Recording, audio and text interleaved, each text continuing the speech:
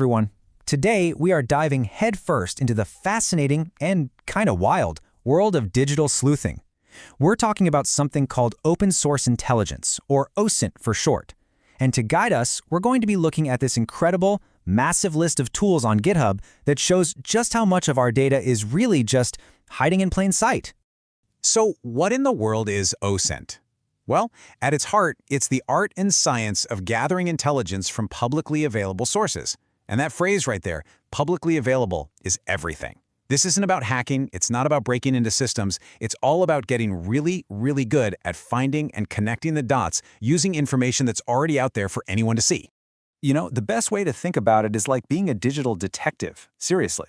But instead of a magnifying glass, you've got these incredibly powerful search tools. And the clues? Well, they're the digital breadcrumbs we all leave behind every single day. Our social media posts, our usernames, public records, you name it. OSINT is just the craft of piecing all those little clues together to see the bigger picture. All right, so here's our game plan. We're going to start small with your own digital footprint, then we'll zoom out to the social media goldmine, then go even bigger by mapping the entire internet. And finally, we'll tie it all together and talk about why this stuff actually matters. Okay, let's kick things off with something pretty much all of us have and use every day, our email address. You are probably going to be shocked at what this one little piece of information can say about your entire online life. I mean, think about it. Every time you see a news headline about some massive company getting hacked, don't you get that little pit in your stomach? That thought of, oh no, was my email address in that leak? Because let's be honest, that email is the key to so many of our accounts. So what happens when that key gets out there? Well, there are some seriously powerful OSINT tools that can tell you exactly that. You've probably heard of HaveIBeenPwned? It scans this gigantic database of known data breaches to see if your email pops up. But then you have tools like Dehashed, which let you dig even deeper and search through the leaked data itself. And Intelligence X, that's basically a search engine built specifically for these huge compromised data archives. And this is where the difference becomes night and day. If you do a regular Google search for your email, you might find, a public social media profile? Maybe. But with these OSINT tools, it's like opening the floodgates. We're talking about uncovering accounts on hundreds of different websites, pinpointing the exact data breaches you were a part of, and sometimes, even finding your old passwords just sitting there in plain text. All right, so from your email, it's a really easy jump to another huge part of your digital identity, your username. So many of us are guilty of this. We use the same username, or a slight variation of it, across a dozen different platforms, and that creates a trail that is surprisingly easy to follow. Just take a second and think about it. Is the username you use for gaming the same one you have on a professional network? Is it similar to the one you used on some random forum 10 years ago that you completely forgot about?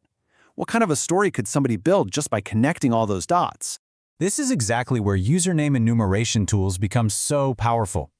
Tools like What's My Name and Sherlock, they don't just search one or two places.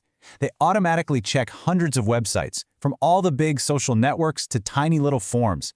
They basically just try putting your username at the end of a website's address and see if a profile page exists. And in just a few moments, they can build this incredibly detailed map of a person's entire online world.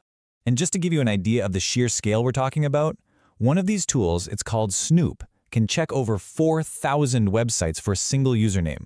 4,000.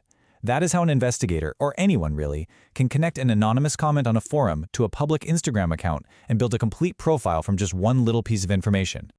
Okay, so we've seen how OSINT can connect the dots on an individual. But what if we take those same ideas and scale them up? Like, way up. What happens when we stop looking for a person's accounts and start looking for every single connected device on the entire planet? Now we're moving beyond just websites and into mapping the internet itself. Now, this is a really, really important distinction to understand. We all think of Google as searching the internet, right?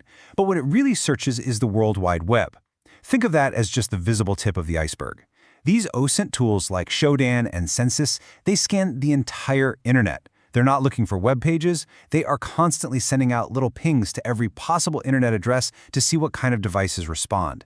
They're mapping that massive hidden part of the iceberg that Google never even sees. And what do they find? Well, as you can see here, pretty much everything. We're talking unsecured webcams with live feeds streaming to the world, home routers broadcasting their weak security settings, even industrial control systems that run city infrastructure or connected traffic lights.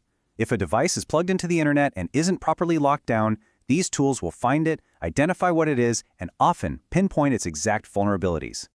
Okay, so why should you care about any of this? We've seen just how powerful OSINT can be for gathering information that's just out there.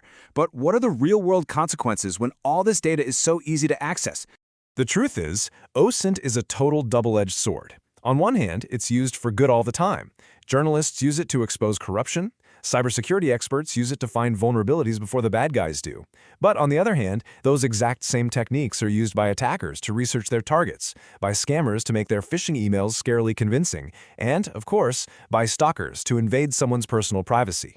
And this really brings us to the biggest question of all. Remember, everything we've talked about today is based on publicly available information. It's not hacking. And that forces us to really rethink our relationship with our own digital lives. In an age where so much of our information is just open, what does privacy truly mean anymore? It's something to think about.